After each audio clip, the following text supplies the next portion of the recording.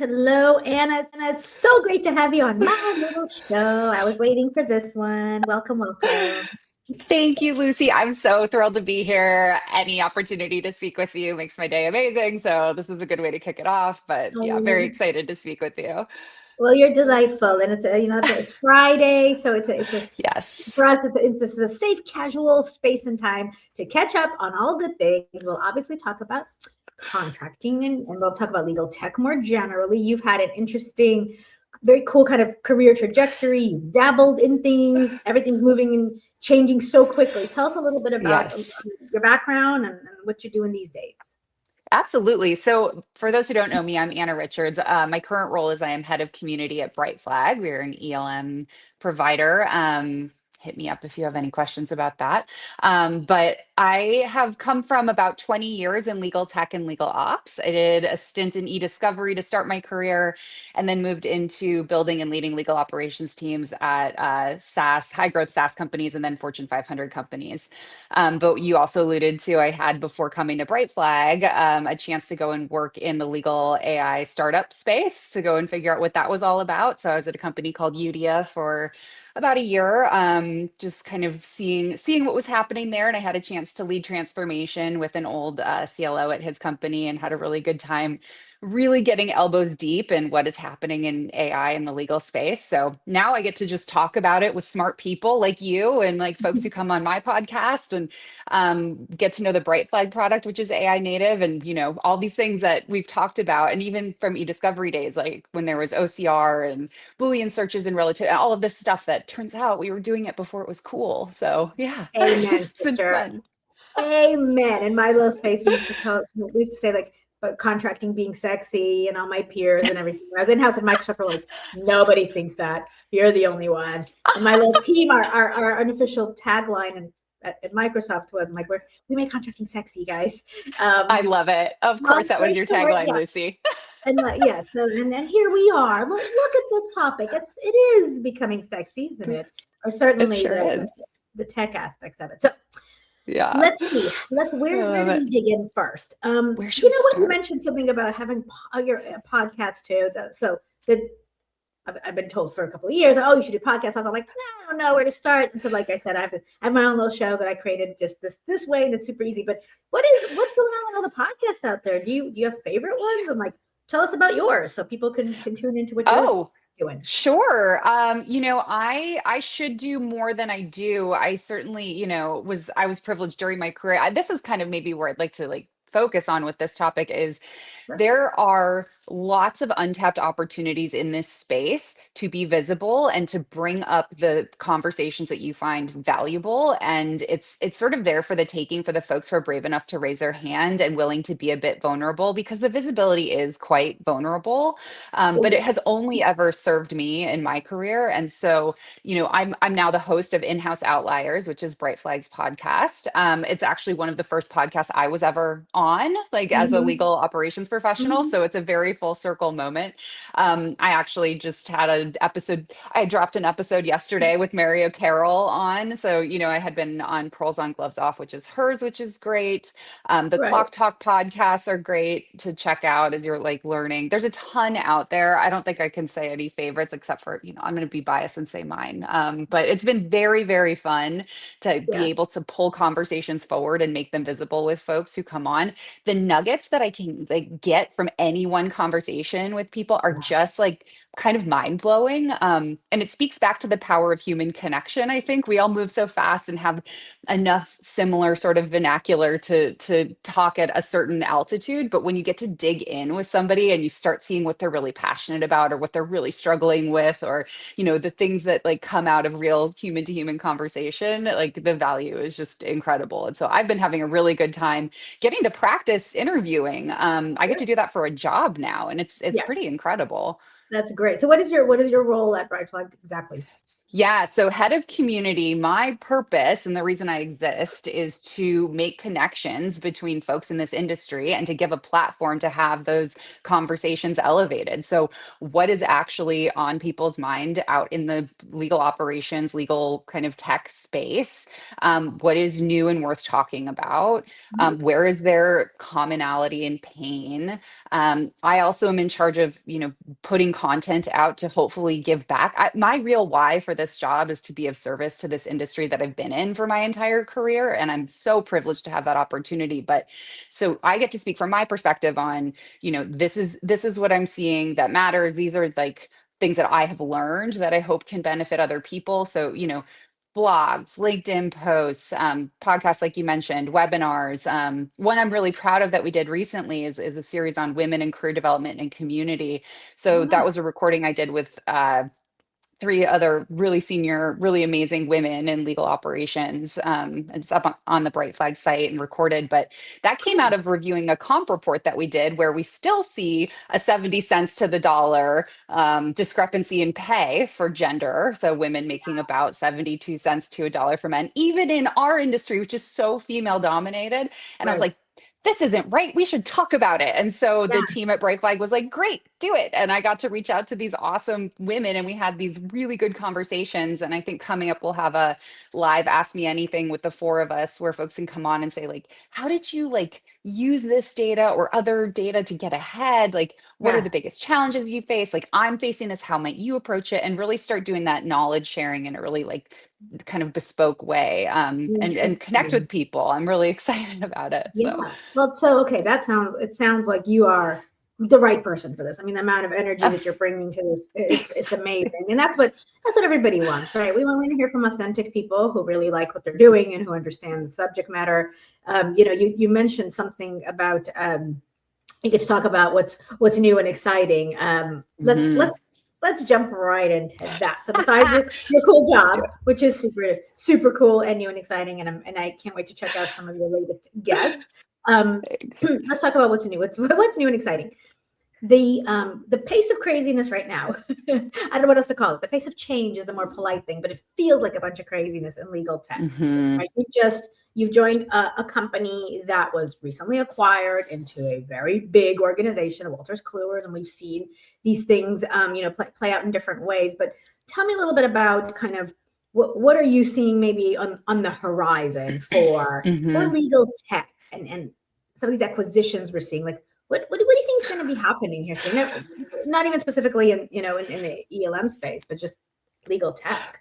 Yeah, just generally. Well, it's reminiscent. So I came into this space in about 2007, and it was right when e-discovery was sort of like going from my first job was this like room full of like 3,000 boxes of paper on this like Walmart litigation that I was in charge of like managing Okay. through like the like discovery process. Yeah. And I was like, oh God, what did I walk into with this? I thought I wanted to go to law school at that point. I was like, what is happening? How do I get out of this? But point Right. is that quickly transformed into e-discovery as we know it now. And so watching that transformation, I am reminded every day in our current kind of state of that space where it was this huge opportunity in tech. There was this like incredible sort of arms race getting like so much money injected. Like we were processing, it was like I think like 1,200 to $1,500 a gig to like process data. And so everybody came to it. It was this huge proliferation of providers. And then there was this massive like M&A activity across them. And then everything kind of settled down and people like figured out how to work in this new reality of electronic discovery and relativity and all of that stuff. And the world kind of carried on. And it feels a little reminiscent of that. I think that the difference is this is so much broader than a particular like legal use case, right? It's not just discovery. This is like the world changing. For sure. But where I see this going is, I mean, i- it's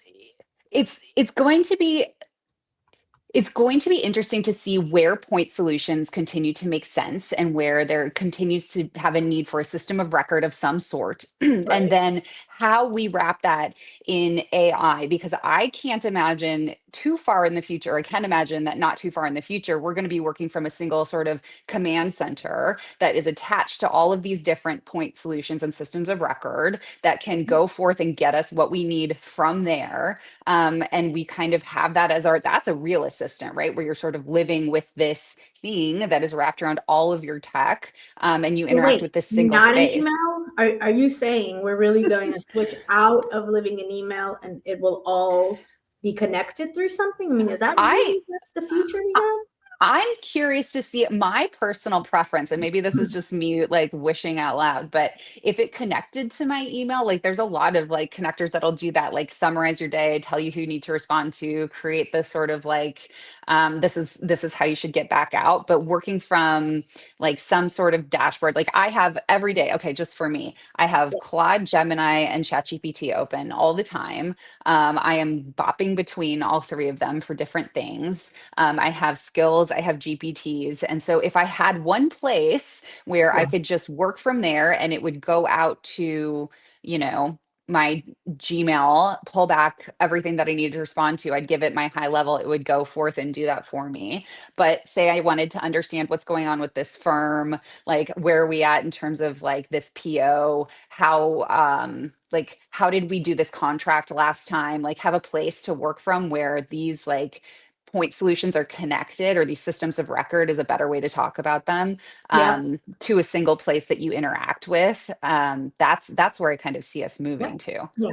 And no, I think that's right. There is some magical direction that we are all hoping that this thing will come together. I think right now we are living Mhm. through this. It's obviously transformative. It is absolutely mind-bending what's happening. I actually always use the e-discovery example myself. I feel Oh, like that we perfect. went through this. I always say that what's happening now is first we saw it with e-discovery, and then we started having these interesting conversations, I think, about offshoring work. So outsourcing in Mhm. general. Then it felt a little bit also with this whole like, whoa, is this transformative? Is this going to change legal? What's happening? Is the work going to go away? Are we outsourcing lawyers' job? We kind of had that conversation. Then we had the move to the cloud. That was the next big phase of suddenly tech being like shoved into the legal professional space. Love it.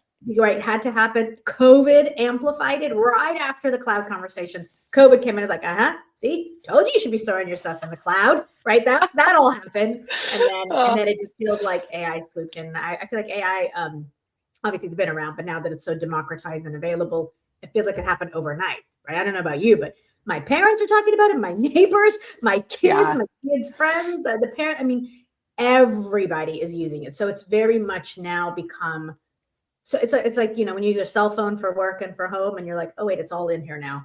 I feel like AI is doing the Exactly. same thing, right? It's everywhere now.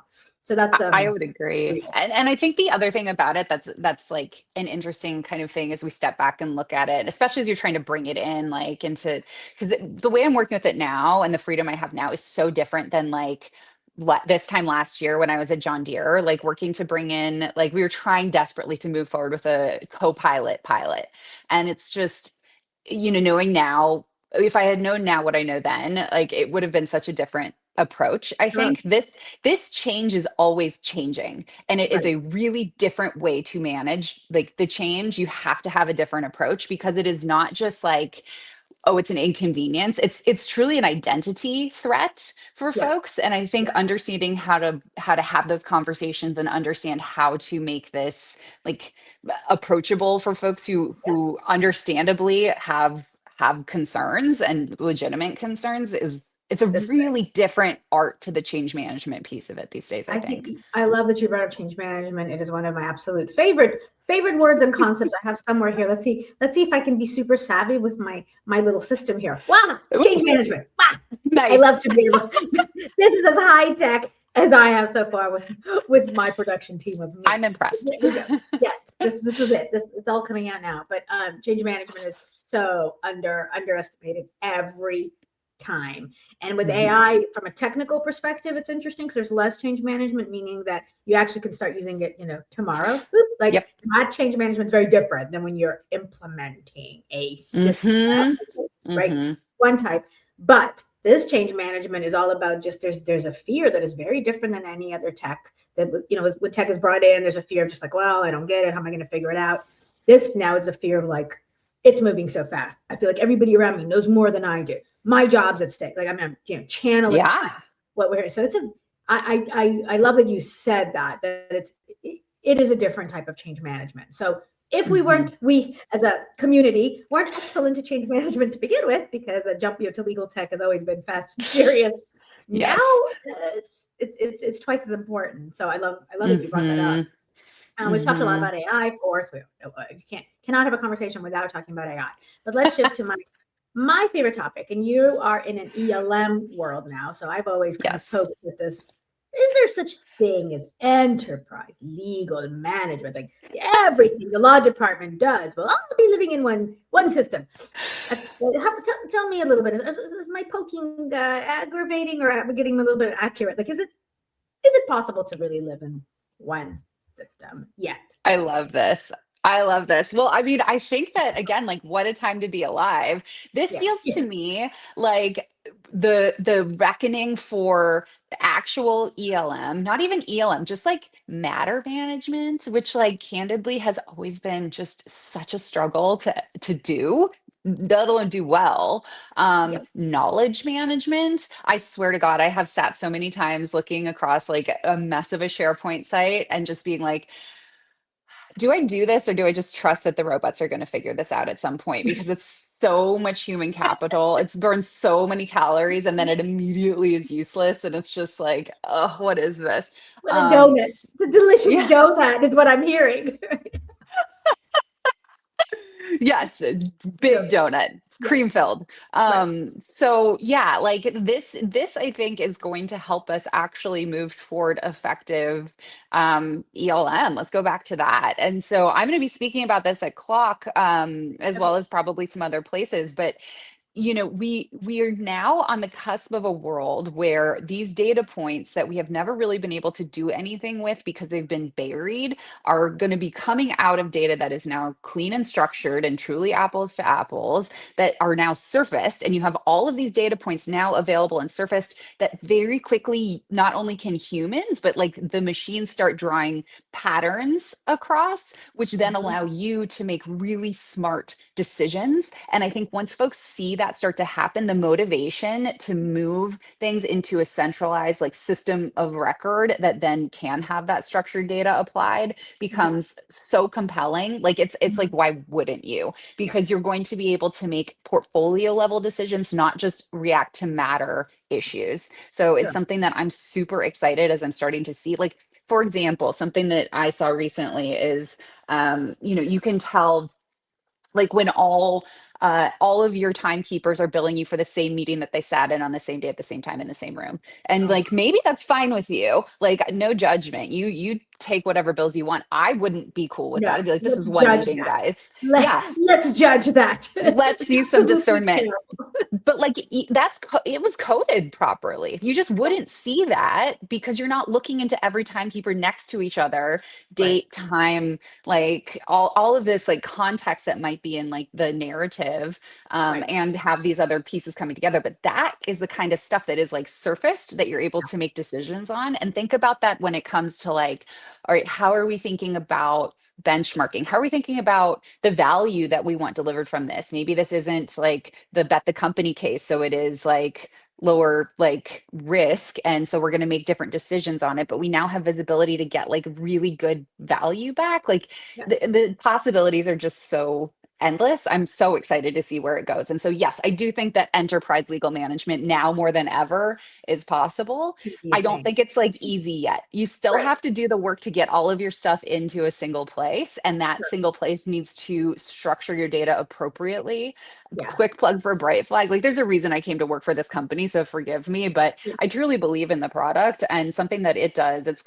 It's been trained on legal data for over a decade. Before AI was cool, it was AI. Right. So it's an AI native purpose built technology Yeah. that structures data to give you true apples to apples, which is what you need in order to make these cool comparisons. So the AI is worthless without the structured data. Not Right. worthless, but like much less effective. And so Yeah. that layer being something that can be delivered to then get to these insights, I can't wait. It's going to be Yeah, so cool to see what happens. And people are doing stuff already with it that is pretty incredible. absolutely. Well, I mean, and reading law firm invoices and descriptions, what an amazing place for AI to swoop in. I mean, come Uh-huh. on, It's who would perfect really use know? No, case. but we know yes, it is just going to like help really just gather a bunch of kind of waste and Ugh. a ton of money. Yeah. So that is such an obvious use case. Of course, the other use case that we are seeing really with every legal AI, like generalist, as I'm calling them. So like not even Mm-hmm. legal AI, every just general LLM, like, well, review contract. It doesn't matter if Yeah. you're talking to like, again, my butcher. It's like, look, real estate lease too complicated. Push it into Chat GPT. Or of course, hey, lawyers, don't worry. We now have the best, contract review mechanism for you. It's like the number one use case for every piece of Yes. certainly legal AI, generalist. I see it over and over and over again, which back to, contracts are sexy. But I wanted to, a thing or two about Validated. contracts. Yeah, Validated. Thank you. That's right. I do. A thing or two about contract management systems. I Let's talk a little do. bit about taxonomy first, right? So CLM, lots of press. Or is CLM dead? I mean, again, the legal tech press right now is in complete chaos mode. But let's talk a little bit about, you have experience with onboarding a full contract lifecycle management Yes. system. Now you have a lot of expertise with point solutions and where do you think contracting is going? Let's call it contract automation, really, more than anything else. Yeah. Where do you think it's going? Mhm. Oh, it's such an interesting space to watch because like you said, it can go from like CLM is dead and we can just sort of build it ourselves, which I don't think is completely off the table for some people, to we have like all of the bells and whistles with the biggest, like heaviest lift CLM, and that is like where we're gonna stay and we're gonna like use the embedded AI that they bring in. I again, I think that there is value to a system of record. And I think that having all of your things in one place in a normalized taxonomy that you can accurately compare across, I think that that is going to be foundational no matter which direction you go. And solving for that without some sort of system is going to be challenging, I think. So something to think about. You're better suited to advise on that than I am, Lucy. I think that my big light bulb with contracting, Yeah. when it comes to AI, is just the ability and what it's going to allow us to do instead of thinking about like these are the clauses that we want to negotiate and these are like the little points we're going to argue on, and like the actual work of like doing a negotiation across the contract is moving to a more principles based. So, like, what does our business care about? What are the like 3 or 7 things in this contract that we actually give a shit about? Because Yeah. other than that, it's not going to be litigated. Like, there is not like shall or like Yeah. whatever, like, however you word these things, is just Yep. not important. Like, cool that you know the like thought and principle behind it, but like that is not a good use of time. It's these few things that then you can use AI to compare against whatever comes back to say how different is the return, like the red line against like what we would like it to be, and how have we negotiated against this before, and where are we okay giving versus not, given and again having the context of this with Yeah. a business that is X size with like this much like Yep. upside for us, which bubble, like all of the things that you would bring in. And so Yeah. moving from like I, clause to principle based negotiation is, I think, one of the biggest opportunities that this is okay. unlocking that will really change the way folks interact with contracts. So Dana, like I the might. mechanism being less, but sorry, Lucy, go ahead. I'm gonna have to quote you. No, I mean principle based. I think that's kind of brilliant. I didn't know. I've never put a label on this goal that exactly you just described so beautifully. I think that's brilliant. I'm going to use it, and I will constantly now refer to you. Like, Anna said it perfectly. That's kind of been a dream for most lawyers. So for those of us who go in house and have this transformation of like, oh my God, there's a faster, better way to do this. And now that I'm in house, Hmm. my job's to support the business. What do they really care about? Let's just get down to that. But we still have to go through this painful step-by-step process, like you're saying, nuance by nuance, word by word, comma by comma, in order to then step back and go, okay, but really on balance, I really have these big concerns. That's what I want to talk about, these 3 things, which I remember doing that. I remember reading 20, 30-page contracts and extrapolating from that after doing the painful steps you described, Sure. but saying, you know what, let's negotiate at a higher level and let's talk about these three issues rather than the nuanced redlining back and forth. What's interesting about what you're saying is it's almost a bit of the reverse of what you're hearing pitched right now by the tech Yeah. companies. Go word by word, go cause by cause. They'll catch everything. They'll find everything, every issue, every da, da, da. And I feel like that's Screw been that. the yes. I feel like what Yeah. you just said is like good. Let the tool do that because it'll do that in 30 seconds or 2 minutes, whatever, up to 2 minutes. Great. But now use it to help you get that big picture so you can go back and have an intelligent negotiation. Don't share the red line that your beautiful AI tool created for you. I think you're onto something really interesting. And I think that is another type of change where even for lawyers to step back and go, wait, so I'm not being graded on how I find every single issue anymore? No, you actually never were. Like the business couldn't care less that you're an amazing issue spotter. You wasted everybody's Yeah. time, right? So And that's that's what you're saying. it. Like business alignment is where this is going to bring you faster. And that's it. It's completely, and I have to give credit to like the Coherent team and to Rob Beard on this. And when I was embedded as a transformation leader in that group, like this is sort of where we first were discussing these concepts. But yeah, Cool. very much a business embedded view. So Yeah. like how, like again, Lucy, you can go spot every single thing, every single bit of nuance. You understand the why, like you come up with this beautiful, thoroughly like redline document. Again, the business does not care. They're like, can I sell this? And Yep. like, and how fast? And Yep. like, okay, so let AI like do the things, I guess, but where it really adds the value is to let you be this incredible, thoughtful, discerning, like a Yep. human on these issues, and that's where you have value. It's not on these little line items, because at that, I'm sorry, that is going away. That is something the robots can do. What they can't do is take that business acumen, that discernment, that critical thinking, and then come up with a brilliant, like, this is how we negotiate in order for our company Context, to move forward. the context, the history, the culture, right? It's Yeah. it's it's the nuance of, oh God, last time we negotiated, this was a sticking point because that Hmm. person just had that terrible experience with that other company. All of that that lives in our brains, Hmm. that's the value we want to be able to focus on and be able to use. It's not that's it's an interesting point you're making. I love it. I love everything that you're saying. I think it's interesting also that Yeah. watching the tech marketing right now, and that's another. Let's just spend a minute on that. I can't believe we're already Let's almost talk out of about that. time. I cannot believe we're already almost out of time. But like the pitches right now, the kind of the marketing, the stuff we're hearing, it still sounds very, save time, be more efficient. This is an enabler.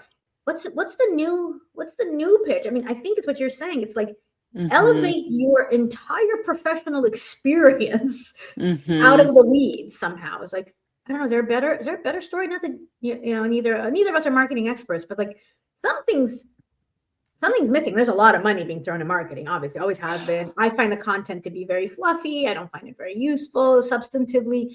I see a lot of good training happening. I can identify a couple of legal tech companies that have wisely said, look, we're going to bring education and substance to you, whether you buy our Yes. tool or not. I think that's smart. That's a long game that I really respect. But there's still a lot of just stuff. I don't know how buyers are supposed to differentiate. Oh What my do God. you I see? have this conversation with people all the time. I'm like, I am so like, selfishly, I'm so happy to be out of the seat of having to decide what tech to buy right now, because it's so much noise. It's the overwhelm is insane. The marketing makes everything look flawless and like it will solve all of your problems. And it's going to be different in like 3 months. So like Yep. how do you sign even a year-long contract looking down the barrel of like like, what is this going to be? Will you even Right. exist? Like, I'm putting my name on this. How do I make sure that it's the best? And I think it becomes this paralysis because there is this need to like bring in the best. I think that there's a couple approaches I've seen to this, which is one, like just jump in and like do your best, and like if forward movement is forward movement and you learn along the way. Yep. And then the other, which I'm hearing come up a little bit more, is like just like take a beat, like you're allowed to take a beat. Like this FOMO is like an engineered like situation. It is as designed for you to feel that way.